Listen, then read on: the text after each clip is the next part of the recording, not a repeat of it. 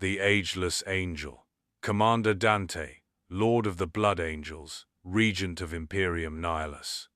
In the grim darkness of the 41st millennium, where humanity clings to survival against a galaxy of horrors, legends are forged in blood and fire. Few names resonate with such profound reverence, such melancholic endurance, as that of Commander Dante of the Blood Angels. When one considers the most ancient of space marines, the mind might instinctively, and with due respect, turn to the metal sarcophagi of dreadnoughts, those venerable warriors interred within walking tombs. Their lives extended artificially for millennia, a cycle of stasis, sleep, and sudden, brutal war.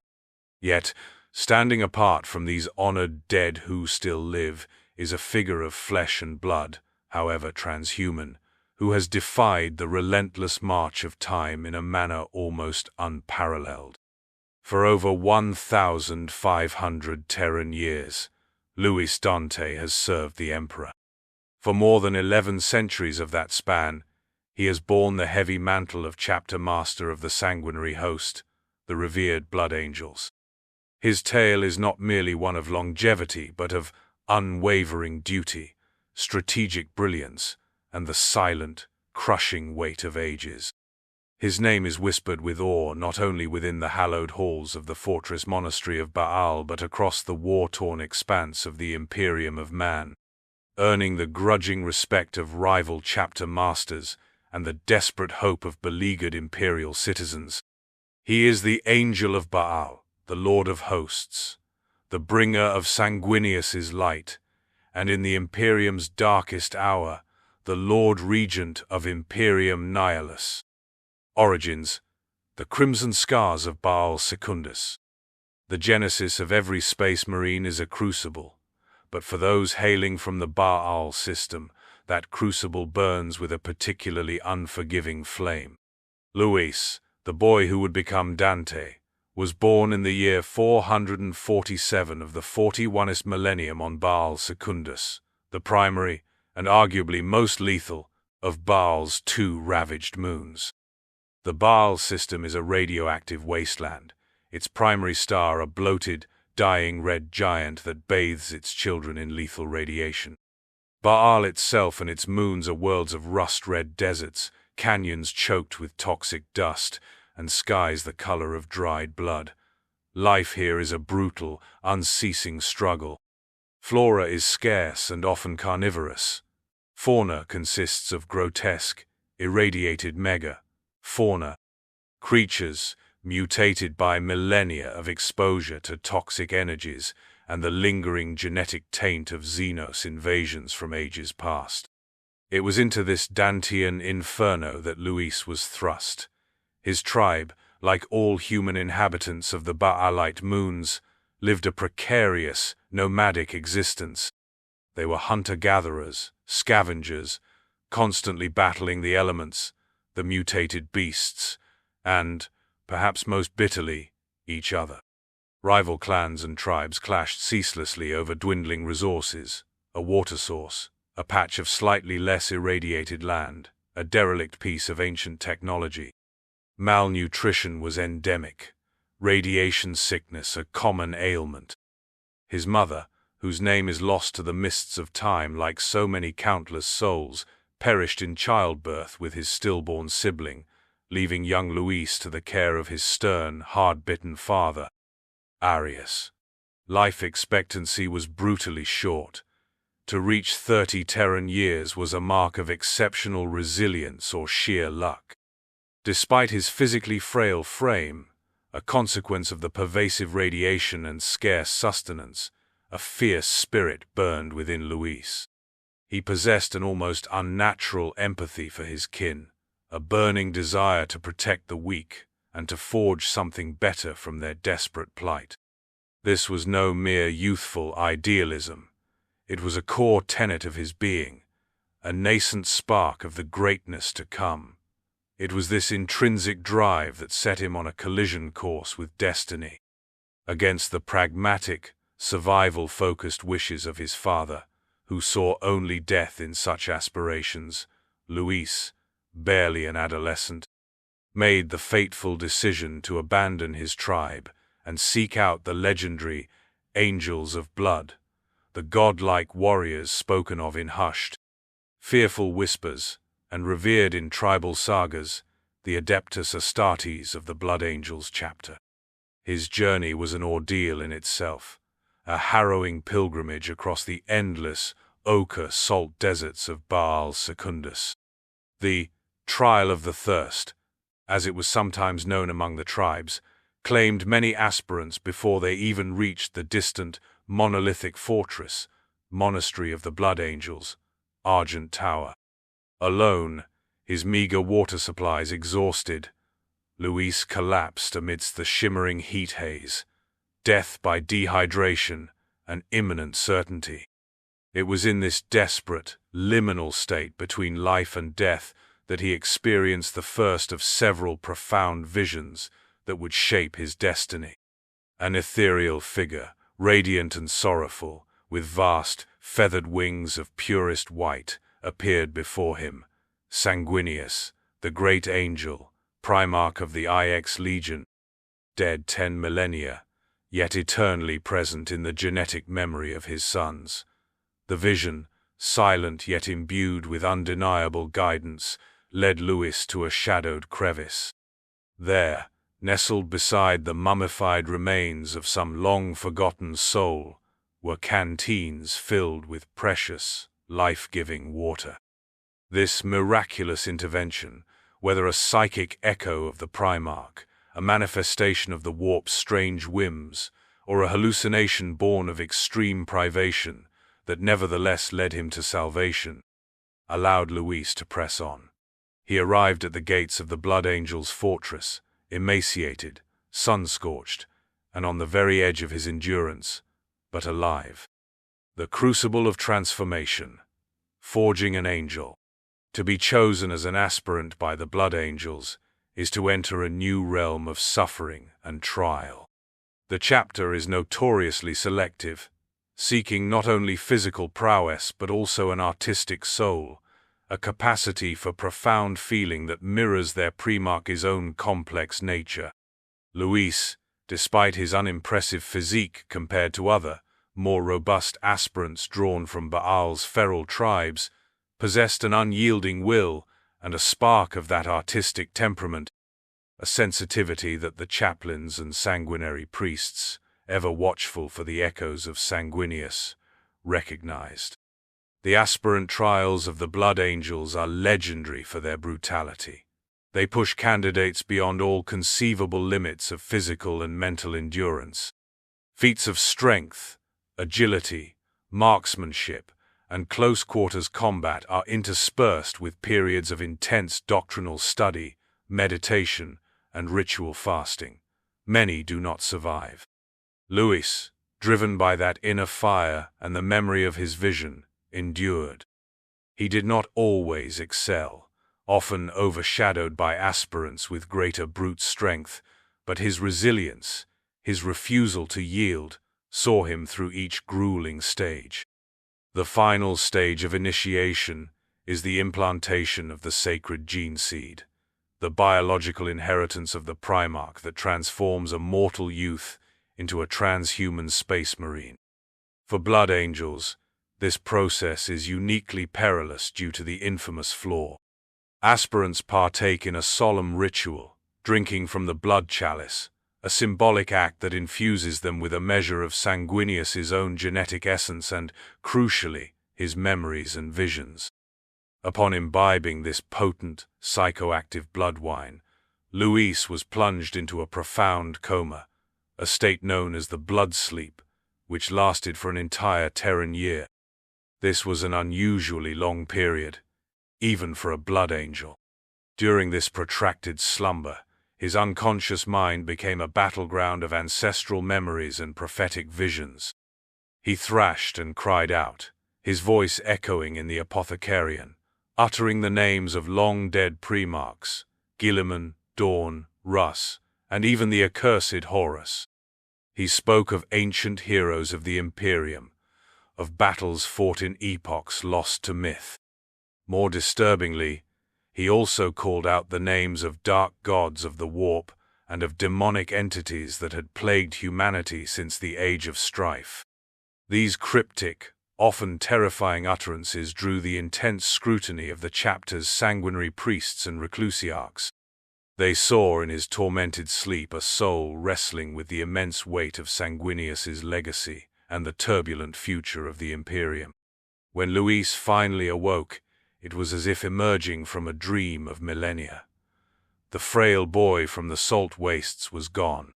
In his place stood a nascent space marine, his body remade, his mind forever touched by the sacrifice of Sanguinius. He was given a new name, as was tradition, a name that would one day become a legend: Dante. He began his formal training as a neophyte, quickly mastering the arts of war, the bolter, the chainsword, and the intricate doctrines of the Blood Angels. His rise through the ranks was steady rather than meteoric, marked by diligence, a keen tactical mind, and a quiet but profound sense of duty.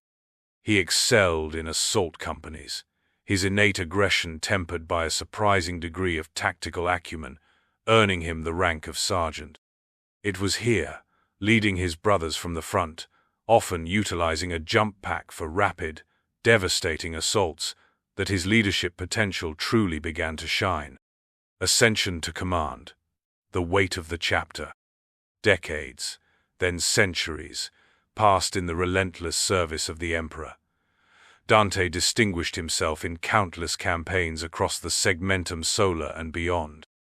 His skill as a warrior was undeniable, but it was his leadership, his ability to inspire his brothers, and to see the path to victory amidst the chaos of battle, that marked him for higher command. By the year 773 of the 40 Honest Millennium, Dante had earned the rank of captain, entrusted with the command of the Blood Angels' 5th Company.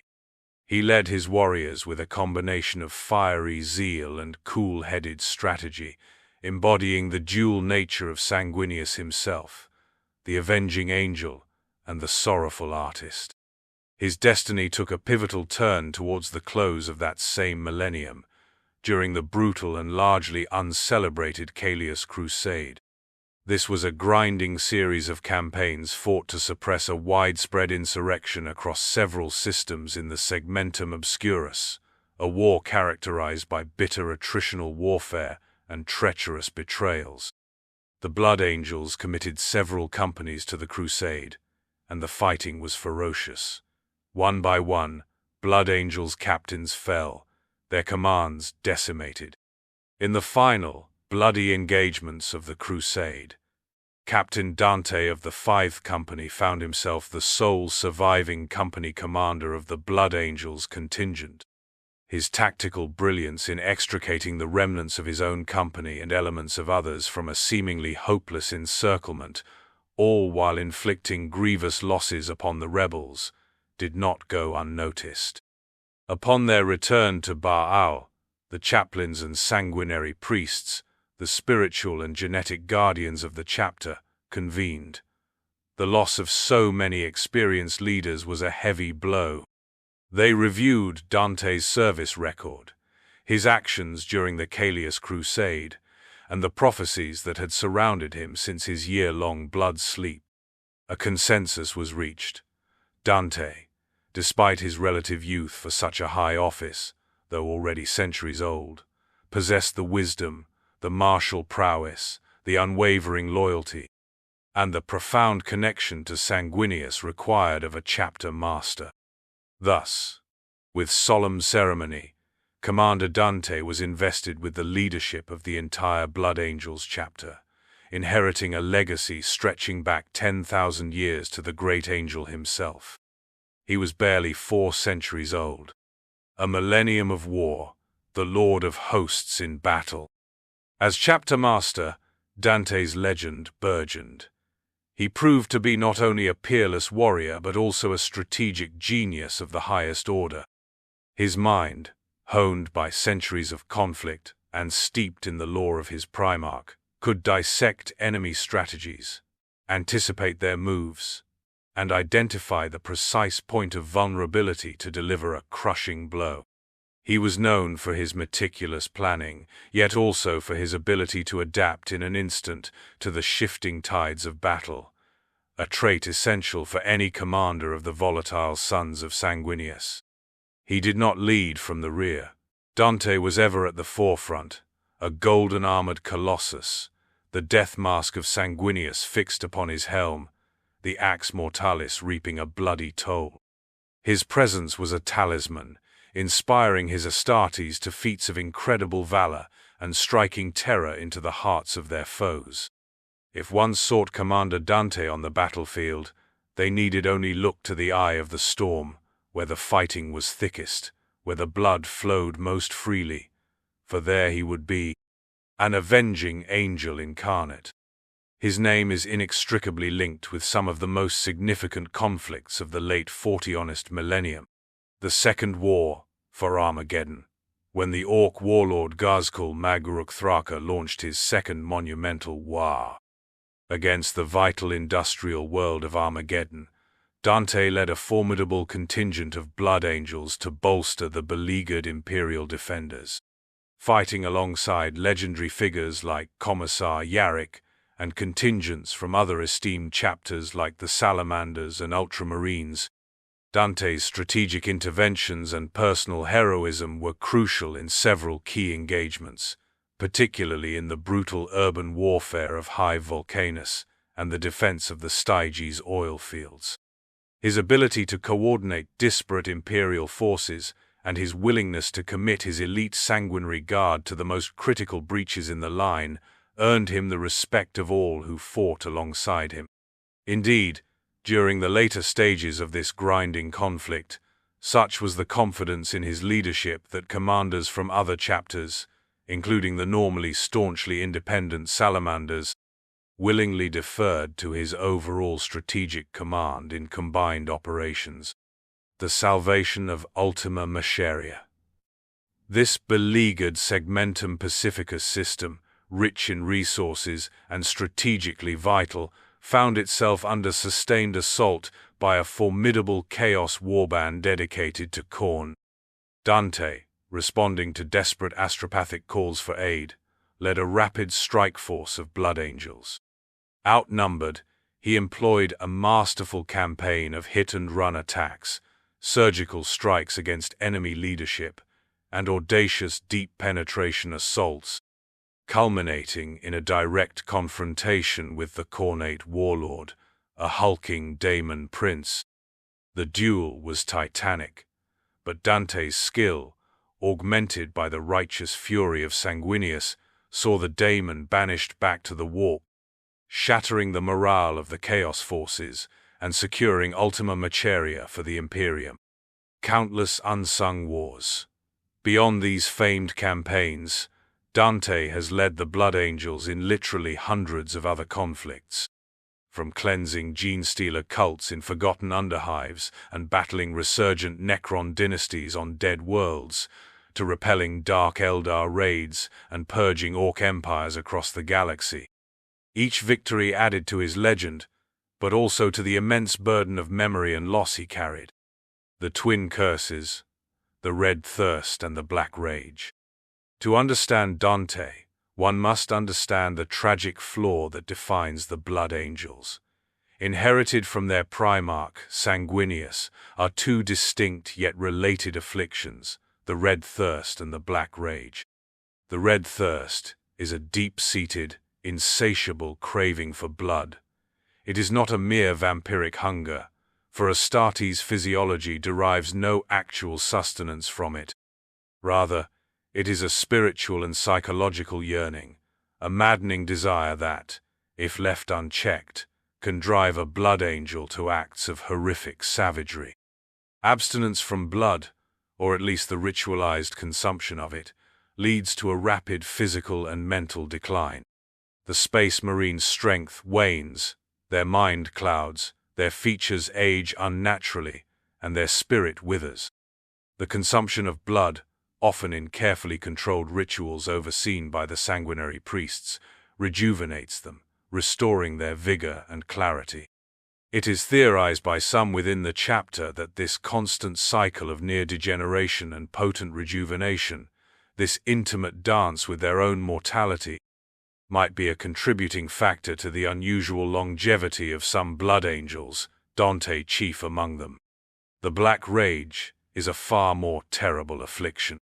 It is a psychic backlash, a living memory of Sanguinius's final moments, his betrayal and death at the hands of the arch-traitor Horus during the Siege of Terra. At random, often in the heat of battle, a blood angel can be consumed by this rage. Their mind is shattered, transported back 10 millennia to the deck of the vengeful spirit. They see their brothers as comrades from the Horus heresy, their enemies as the traitors of that ancient war, and themselves, often, as Sanguinius himself, doomed to fight and die in a battle already lost. In this state, they are granted horrific strength and resilience but are lost to all reason, becoming berserk engines of destruction.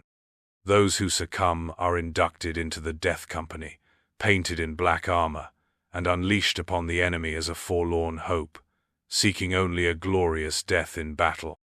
Dante, as chapter master, has lived under the shadow of these curses for over a millennium. He has personally wrestled with the Red Thirst, understanding its insidious pull. There was a period, centuries into his command, where, in a profound state of weariness and perhaps a misguided attempt to transcend the flaw, he abstained from blood for an extended time. The results were alarming. His noble features became gaunt and wrinkled, his hair thinned and grayed like that of an ancient mortal, and his legendary vitality waned. His mind grew clouded and slow. It was only during the direst necessity of a campaign that he was convinced by his sanguinary high priest, Brother Arazon, to drink again, realizing that to deny this aspect of his nature was to deny himself the strength needed to protect the Imperium. He does not surrender to the thirst, but rather manages it, a terrible tool to be wielded in the Emperor's service. The Black Rage he has, by some miracle or supreme effort of will, managed to keep at bay, though he has witnessed countless beloved battle brothers succumb, a source of enduring sorrow. The Devastation of Baal. The Angel Besieged. The late 40 honest millennium brought with it the culmination of many dark prophecies. Among the direst threats to emerge was the unstoppable advance of the Tyrannid hive fleets, extragalactic horrors that consumed all life in their path. Hive Fleet Leviathan, one of the largest and most terrifying tendrils of this great devourer, set its course directly for the Baal system.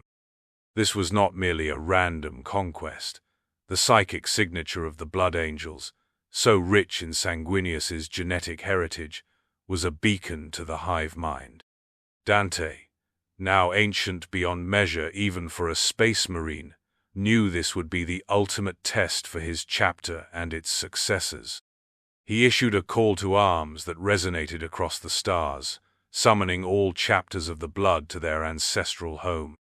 This saw the largest gathering of Sanguinius's descendants since the Primarch himself had led the full IX Legion during the dark days of the Horus heresy. Nearly 30,000 Astartes from chapters, as renowned as the Flesh-Tearers, led by the ferociously grim Gabriel Seth, the Blood Drinkers, the Angels Vermilion, the Carmine Blades, and dozens more answered the call. They fortified Baal and its moons, preparing for a siege that would echo through imperial history. The arrival of Hive Fleet Leviathan was an apocalyptic event. The Tyrannid swarm was so vast it blotted out the stars, a seething tide of bioengineered monstrosities. Dante, demonstrating his undiminished strategic genius, orchestrated a desperate, brilliant defense. He utilized feint attacks, daring boarding actions against hive ships, and carefully planned ambushes to bleed the tendrils of Leviathan. Successor chapter masters, some fiercely independent, deferred to his wisdom and experience. Yet, The sheer scale of the Tyranid invasion was overwhelming. System defense fleets were annihilated, orbital stations shattered, and slowly, inexorably, the Xenos made landfall on Baal Primus and Baal Secundus. The fighting was a maelstrom of blood and horror. Astartes fought back to back, selling their lives dearly for every inch of ground. Dante was everywhere, a golden meteor of destruction, his Axe Mortalis cleaving through monstrous Tyranid bioforms. But even his heroic efforts could not stem the tide indefinitely. The defenders were pushed back to the very walls of the Argent Tower. It was here, amidst the apocalyptic ruin of his homeworld, that Dante sought out the ultimate expression of the hive mind's will on the battlefield, the Swarm Lord. The Swarm Lord was a colossal Tyranid creature, a being of supreme cunning and lethal martial prowess, armed with 4 crackling bone sabers. It had slain chapter masters and heroes of the Imperium before. The duel between Dante and the Swarm Lord was a legend made real, a clash of titans amidst a dying world. Dante, channeling 15 centuries of combat experience and the undying fury of his Primarch, fought with a skill and ferocity that belied his immense age. He dodged and weaved, his ancient axe a blur, trading devastating blows with the Xenos monstrosity. Finally, in a desperate, heroic act, Dante managed to decapitate the Swarm Lord, but not before the creature's sabers inflicted mortal wounds upon him. As he fell, his lifeblood soaking into the crimson sands of Baal, Dante believed his long vigil was finally over. He had fought the good fight. He had defended his home to his last breath. In his fading consciousness, he once more beheld a vision of Sanguinius, sorrowful yet proud. Dante pleaded with his progenitor to take him, to grant him the peace he had craved for so long. But the ethereal Primarch gently denied him, murmuring that his duty was not yet done, that he had to live to continue the fight. At that precise moment, as Dante hovered on the precipice of oblivion and the Tyranids surged forward for the final kill, salvation arrived from an unexpected quarter.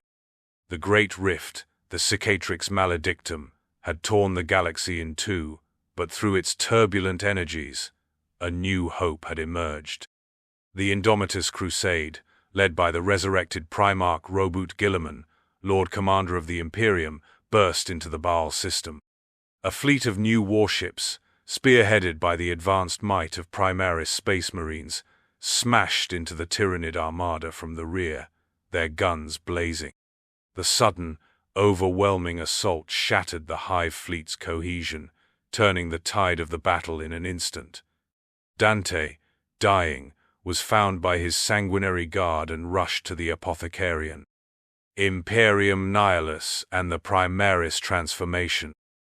In the aftermath of the devastation of Baal, the system was a charnel house, but it had held. Dante, miraculously saved by the combined efforts of Blood Angel's sanguinary priests and Guilliman's own chirurgeons, awoke to a changed galaxy. Robert Guilliman, recognizing Dante's unparalleled experience and unwavering loyalty, named him Lord Regent of Imperium Nihilus, the vast, benighted swathe of imperial territory on the far side of the Great Rift. Cut off from the light of the Astronomicon, it was a monumental responsibility, effectively making Dante the supreme commander and governor of half the Imperium. Furthermore, Guilliman offered Dante and the Blood Angels the gift of the Primaris Marines, a new breed of space marine, stronger, faster, and more resilient. To fully integrate these new warriors, and to ensure his own survival and continued leadership, Dante, despite his incredible age and the immense risks involved for one so ancient, chose to undergo the Rubicon Primaris. This perilous surgical procedure, which could transform a firstborn Marine into a Primaris Marine, had a high fatality rate, especially for older subjects. Yet, Dante endured once more. He emerged, revitalized, his ancient body infused with new strength, ready to face the challenges of a galaxy more hostile than ever. The Arcs of Omen and a Primarch's return. Dante's service as Lord Regent continued unabated. When Abaddon the Despoiler, Warmaster of Chaos, launched his Arcs of Omen campaign, a series of devastating attacks across the Imperium Nihilus, utilizing colossal space hulks as mobile fortresses, Dante was at the forefront of the Imperial response. He coordinated defenses, led counterattacks, and inspired the beleaguered garrisons of 100 worlds. During one such operation, investigating a derelict Ark of Omen that had been mysteriously silenced, Dante and his Blood Angels made a discovery that would send shockwaves through the Imperium. Aboard the vessel, they found scores of Chaos Space Marines, slain not by Imperial weaponry, but by the distinctive power sword cuts and bolter rounds of another legion. Deep within the Ark, Dante found evidence confirming an almost unbelievable truth. Lion L. Johnson, the long-lost Primarch of the Dark Angels, had returned to the Imperium after a 10,000-year absence. Dante himself bore this astonishing news to Roboute Guilliman, reuniting two of the Emperor's sons. The Lion's return was timely. During a climactic battle of the Arcs of Omen campaign, the Blood Angels found themselves confronting the resurrected Daemon Primarch Angron, the Red Angel, Primarch of the World Eaters, now a bloodthirsty avatar of Khorne. Angron was a force of nature, a being of unimaginable rage and power, carving a swathe of destruction through the Blood Angels' ranks. Dante, leading his sanguinary guard, threw himself into the path of the Daemon Primarch, a desperate attempt to buy time or die trying. Though he fought with the skill of ages, even the Primaris-enhanced Dante was no match for a Daemon Primarch of Angron's fury. As Angron raised his colossal chain axe for the killing blow that would finally end Dante's millennia-long existence, a green-armored figure intervened, Lion L. Johnson, moving with impossible speed, his great sword clashing against Angron's weapon. The ensuing duel between the two Primarchs saw Angron temporarily banished back to the warp, and the Imperial forces, under the combined leadership of Dante and the Lion, secured a hard-won victory. Wargear of the Ageless Angel. Commander Dante is instantly recognizable on any battlefield, not only for his golden aura of command, but also for his unique and ancient wargear, much of it relics from ages past. The golden armor. As chapter master, Dante is clad in a suit of master-crafted artificer armor, rendered in gleaming gold, the traditional heraldry of the Blood Angel's highest command. It is adorned with intricate carvings and sacred scripts, offering protection far exceeding standard power armor. The Death Mask of Sanguinius. This is perhaps Dante's most iconic piece of wargear. It is a golden funerary mask, said to have been sculpted in the likeness of Sanguinius's own face, capturing his expression of terrible grief and righteous fury upon learning of Horus's betrayal. The mask is not merely ornamental. It incorporates advanced targeting systems and, more significantly, it is believed to channel a measure of the Primarch's own awe-inspiring presence, striking terror into the hearts of the Emperor's foes and inspiring unwavering loyalty in his allies. The Axe Mortalis. This colossal two-handed power axe is an ancient relic of the chapter, its origins dating back to the years immediately following the Horus heresy. It was forged by the legendary Blood Angel's artificer, Metric, and has been wielded by a succession of chapter masters. Its power field can cleave through ceramite and demonic flesh with equal ease. After Dante's transformation into a Primaris Marine, the Axe Mortalis was subtly modified and rebalanced by the chapter's finest artificers to suit his enhanced physique, making it even more devastating in his hands. The Perdition Pistol. An archaeotech weapon of incredible power and intricate design, the Perdition Pistol is a masterwork plasma weapon. It fires bolts of contained sunfire, capable of vaporizing heavily armored targets or blasting apart demonic entities. Like his axe, it was also enhanced post-Rubicon. Jump Pack. Uniquely among nearly all other chapter masters of the Adeptus Astartes, Dante continues to utilize a jump pack in personal combat. This is a testament to his origins in assault companies and his unwavering belief in leading from the very spear point of an attack. The jump pack allows him to deliver his righteous fury with incredible speed, descending upon the foe like an avenging angel from the heavens. The burden of ages and the unending vigil, an existence spanning 1,500 years. With over 11 centuries as the supreme commander of a first founding chapter, has laid an almost inconceivable burden upon Dante. He has witnessed civilizations rise and fall, stars die, and horrors beyond mortal comprehension stalk the galaxy. He has seen brothers in arms beyond counting fall in battle, felt the sting of loss 1,000,000 times over. The weight of these memories, the endless litany of war and sacrifice, would have shattered any lesser mind. Dante often feels an immense weariness, a profound yearning for the peace of oblivion that he believes he has earned many times over. He has confessed to his closest confidants that he often feels he has lived far too long, that he is an anachronism in a galaxy spiraling ever deeper into madness.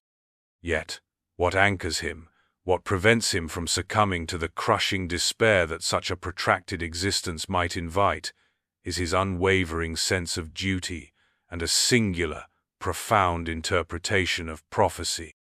For millennia, the blood angels have been haunted by Sanguinius's final prophetic vision that in the end times, a golden warrior would stand as the final bastion between the emperor of mankind and the encroaching darkness, sacrificing himself to save humanity. For 10,000 years, the Blood Angels largely believed this prophecy referred to Sanguinius's own sacrifice during the Horus heresy. Dante, however, in his ancient wisdom and sorrow, has come to a different, terrifying conclusion. He believes that this ultimate duty, this final, hopeless stand to protect the Emperor, will fall upon his own shoulders. This conviction, this acceptance of a potentially apocalyptic fate, is what drives him onward. The frail boy from Baal Secundus, who dreamed of protecting the weak, still resides within the ancient, war-weary heart of the Lord Commander. The spark of selfless duty, ignited in the radioactive deserts of his youth, has not been extinguished by 15 centuries of unrelenting war. It burns as a beacon of hope, however faint, in the encroaching darkness of the 40 millennium. Commander Dante, the Ageless Angel, the Lord of the Sanguinary Host, the Savior of Baal, and the Regent of Imperium Nihilus, continues his vigil. He has returned from the brink of death, not merely because he is a formidable warrior, but because his duty, as foretold, is not yet done. He is called, still, to serve.